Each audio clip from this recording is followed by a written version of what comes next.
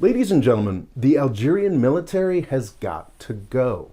The power and success of Algeria's year-long peaceful protest movement makes this very clear. It shows that the Algerian people are now more than ready to step up and take their country into the next era. The military's role in Algerian history passed the point of diminishing returns a long time ago, and it is now placing the military's own accomplishments in grave jeopardy. In my first video on the country 9 months ago, I pointed out that Algeria had to fight much harder for its independence than any other North African country. In my reading since, it's become clear that the Algerian military did a lot more than just win that fight. It also defined Algeria as a nation. Unlike its neighbors, Tunisia and Morocco, Algeria does not have a long history as a unified country. Instead, its status as the borderland between a succession of empires left it fragmented. In the many centuries between the early years of the Abbasid Caliphate and the French invasion, Algeria was never unified for long. It was almost always divided up between empires to the east and west. Some of these empires were based in Morocco or Tunisia, both of whom have the nation-making ancient capital cities and centers of Islamic learning that Algeria lacks. Algeria was the most distant province of the Ottoman Empire, but Turkish control never made it that far from the coast, and Algeria's second biggest city, Oran, was controlled by the Spanish for most of the time between 1500 and 1800. Like Ukraine or the Balkans, Algeria spent centuries as a battleground between competing empires. This is why the country was so susceptible to French imperial influence. There was never a unified political unit to fight against the Europeans, the way there was in Morocco or Tunisia. Don't get me wrong, there were great Algerian resistance heroes like Abd el-Qadir, a guy who was world famous enough to have a town in Iowa named after him in the 1840s, but he saw himself as more of a religious figure than a national political one. Over 132 years of control, the French used their advanced industrial and military technology to consolidate the vast territory of modern Algeria into one political unit, subject to the capital of Algiers, probably for the first time in human history. But the country the French built wasn't an Algerian one. Though Europeans were probably never more than a tenth of the population, they were often the majority in the coastal cities. The language of government, business, and urban life itself was French. This was the challenge Algerians faced at the beginning of their war of independence. When the Algerian military started in 1954, according to legend, with just 50 shotguns, it didn't just have to win Algeria's independence. In a very real sense, it had to build the country's national culture and history from the ground up. The Revolutionary Army itself, for the duration of the conflict, primarily spoke French. The Algerian government, for years after independence, had to keep on using the language of the imperialists. The Algerian bureaucrats simply lacked the relevant Arabic vocabulary. So Algeria's military didn't just kick out the French in one of the bloodiest independence wars of the 20th century. After victory in 1962, and especially after a coup in 1965, the Algerian military also charted a course of fierce independence. That thirst for independence became Algerian identity. Everybody wanted to profit from their revolutionary success, from Nasser of Egypt to the competing communist regimes of Russia and China to the United States. Algeria played all of these wannabe patrons off of each other, successfully maintaining the country's freedom of action. As the decades wore on, thanks to Saudi Arabia and the CIA, world revolution took on a more radical Islamist vibe, and Algeria's military shook that outside influence off as well in a savage civil war in the 1990s. I am not sure it was worth it. The more I learn about the Algerian Civil War in the 1990s, the more horrified I get. In the late 1980s, jockeying for position between military factions combined with a plummeting oil price and a mass protest movement to produce a real attempt at multi-party democracy. When it became clear that these new elections were going to be won by an Islamist party, the competing factions in the military unified, got together to force the democracy-friendly president to resign and cancel those elections.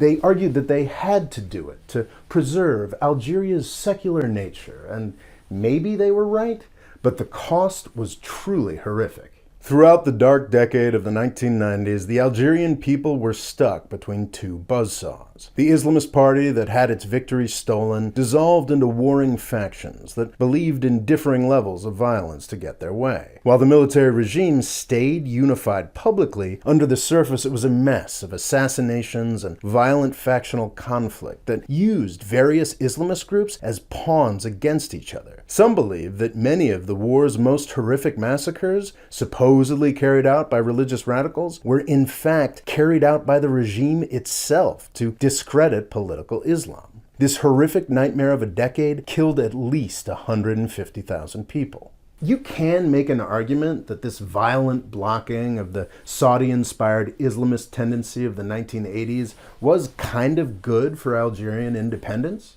The Civil War meant that when a protest movement finally emerged in Algeria, a decade later than the rest of the Arab world, it was fiercely committed to peaceful organizing and keeping out outside influence.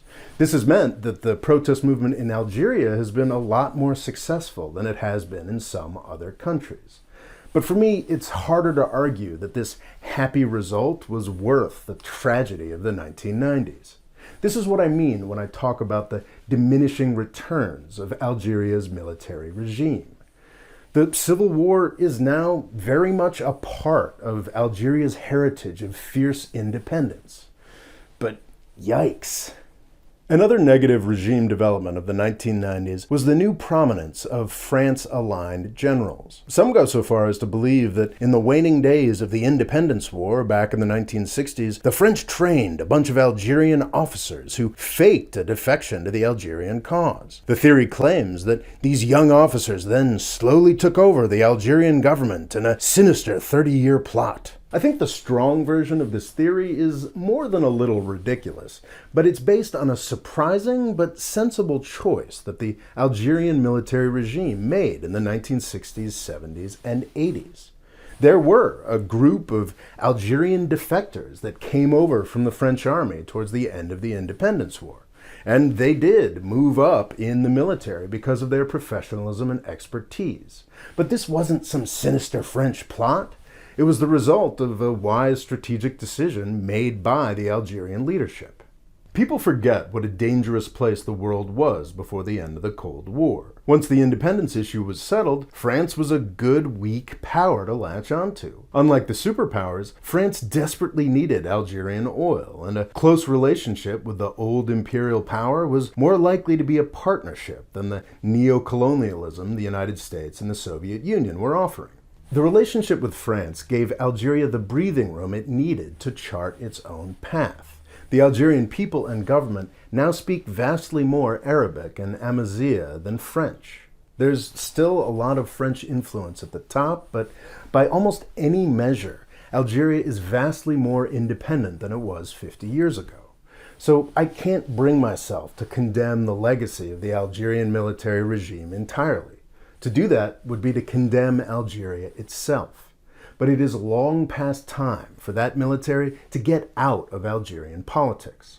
The high level of French corruption is just one of many reasons why. The best reason for the military to get out of politics is the protest movement itself. The responsibility, peacefulness, and simple common sense demands of the Hirak movement make their case for real democracy indisputable. The protesters are often criticized for a lack of unified leadership, but whenever somebody tries to step up, the regime throws that person in jail, so that's not a particularly fair criticism.